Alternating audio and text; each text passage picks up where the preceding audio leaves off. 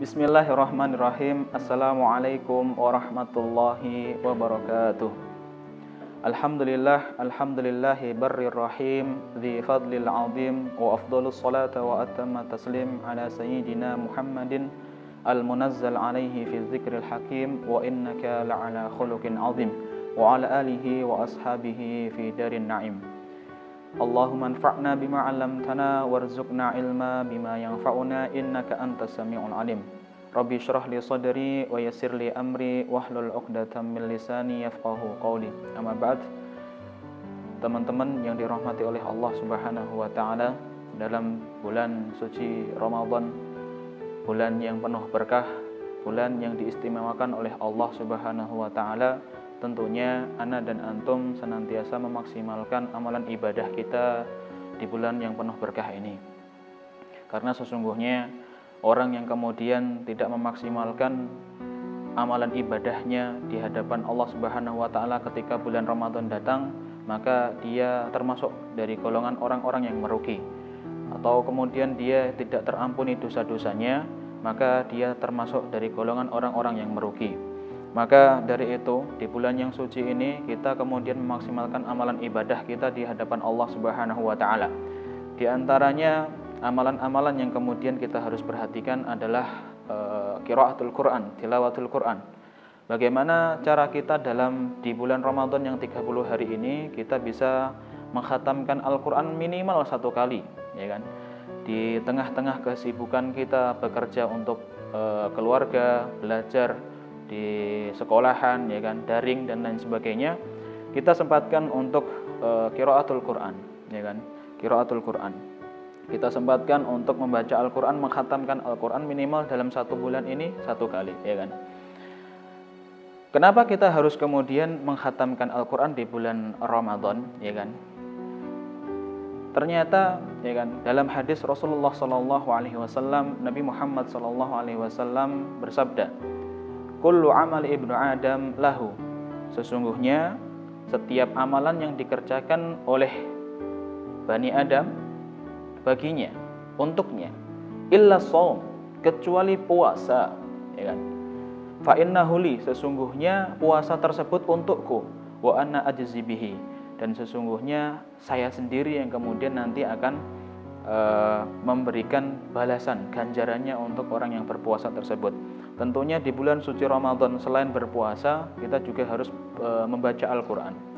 Di dalam bulan suci Ramadan, ya kan, seluruh amalan ibadah dilipat gandakan oleh Allah Subhanahu wa taala, yang mana kita tidak mengetahui berapa jumlah lipatan, ya kan, pahala yang diberikan oleh Allah Subhanahu wa taala. Kalaulah di luar Ramadan, ya kan, kita membaca 1 huruf dari Al-Quran itu diberi ganjaran oleh Allah Subhanahu wa taala dengan 10 kebaikan, maka tidak berlaku itu di bulan Ramadan, ya kan?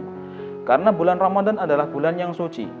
Allah sendiri yang nantinya akan memberikan pahala tersebut. Kalau kemudian di luar bulan Ramadan 10 kebaikan kita dapatkan, maka tidak berlaku itu di dalam bulan Ramadan. Bulan Ramadan nanti akan dilipat gandakan lebih dari apa yang kemudian kita bayangkan. Itu yang kemudian harus menjadi motivasi ana dan antum untuk mengkhatamkan Al-Quran, untuk menyelesaikan bacaan kita. Minimal 1 bulan Ramadan ini kita khatam satu kali, ya kan. Lalu kemudian setelah motivasi yang kemudian kita tanamkan dalam diri kita, kita harus memiliki upaya. Upaya yang kedua adalah kita berlomba-lomba dengan kawan kita, saudara kita, atau keluarga kita. Atau kemudian yang memiliki istri, ya kan, berlomba dengan si istri. Kalau kemudian sudah memiliki anak, berlomba dengan anak, ya kan. Karena apa? Ya kan, ini yang kemudian dilakukan oleh para sahabat. Para sahabat dari golongan sabiqun bil khairat, ya kan. Orang-orang yang kemudian dia berlomba-lomba dalam kebaikan, ya kan. Karena apa? Kalau kemudian sesuatu hal itu sudah dilombakan, maka semangat itu akan terus muncul. Maka upaya yang kita pertama harus kemudian kita upayakan adalah kita mencari kawan untuk berlomba-lomba dalam kebaikan. Kalau kemudian kita sudah mengetahui motivasinya, terus kemudian kita upayakan yaitu berlomba dengan kawan kita, saudara kita, atau keluarga kita, maka yang terakhir upaya kita harus, ya kan, harus kita menyusun tabel. menyusun rel, ya kan, yang nantinya tabel tersebut akan kita gunakan untuk mengarahkan kita berapa target satu hari yang kemudian harus kita selesaikan. Kalau kemudian satu Ramadan, satu bulan Ramadan adalah 30 hari, ya kan, maka ini pas dengan jumlah juz yang kemudian ada di dalam Al-Quran, 30 juz. Maka target kita satu hari itu adalah 1 juz. Ustadz, ya kan, terlalu banyak 1 juz untuk saya, maka tidak kemudian kita dalam satu waktu untuk menghabiskan 1 juz, mungkin akan terasa berat. Tapi apa? Kita gunakan, ya kan, kita pecah-pecah 1 juz ini. Kalau kemudian dalam 1 juz itu adalah 10 lembar, ya kan, maka 10 lembar ini kita bagi 5, hasilnya nanti 2. Maka setiap selesai sholat subuh kita baca 2 lembar, setelah sholat zuhur baca 2 lembar, asar baca 2 lembar, sampai kemudian isya nanti baca 2 lembar, ya kan. Kita upayakan terus, ya kan, yang nantinya apa? Itu menjadi rule kita untuk menyelesaikan, ya kan, bacaan kita untuk kemudian mengkhatamkan Al-Quran di bulan suci Ramadan. Itu tadi, ya kan, motivasi yang pertama, ya kan, amal ibadah akan dilipat gandakan oleh Allah Subhanahu wa taala, yang mana lipatan tersebut tidak kita ketahui berapa jumlahnya.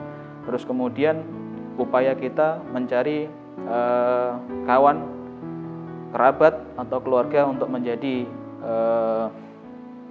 teman dalam sabiqun bil khairat, berlomba-lomba dalam kebaikan. Terus yang terakhir kita harus memiliki rule, memiliki jalan, peta, ya kan, yang harus kita buat, tabel tersebut kita buat, ya kan. Ramadan pertama juz 1, Ramadan kedua juz 2, ya kan, dan seterusnya. Ya, mungkin ini yang dapat kami sampaikan. Semoga, ya kan, cara-cara ini bisa dipraktekkan terus kemudian bermanfaat untuk teman-teman sekalian. Barakallahu fikum. Jika ada salahnya saya mohon maaf sebesar-besarnya. Jika ada lebihnya itu pasti datangnya dari Allah Subhanahu wa taala. Aqulu qouli hadza wa astaghfirullah li wa lakum wa la khair. Wassalamualaikum warahmatullahi wabarakatuh.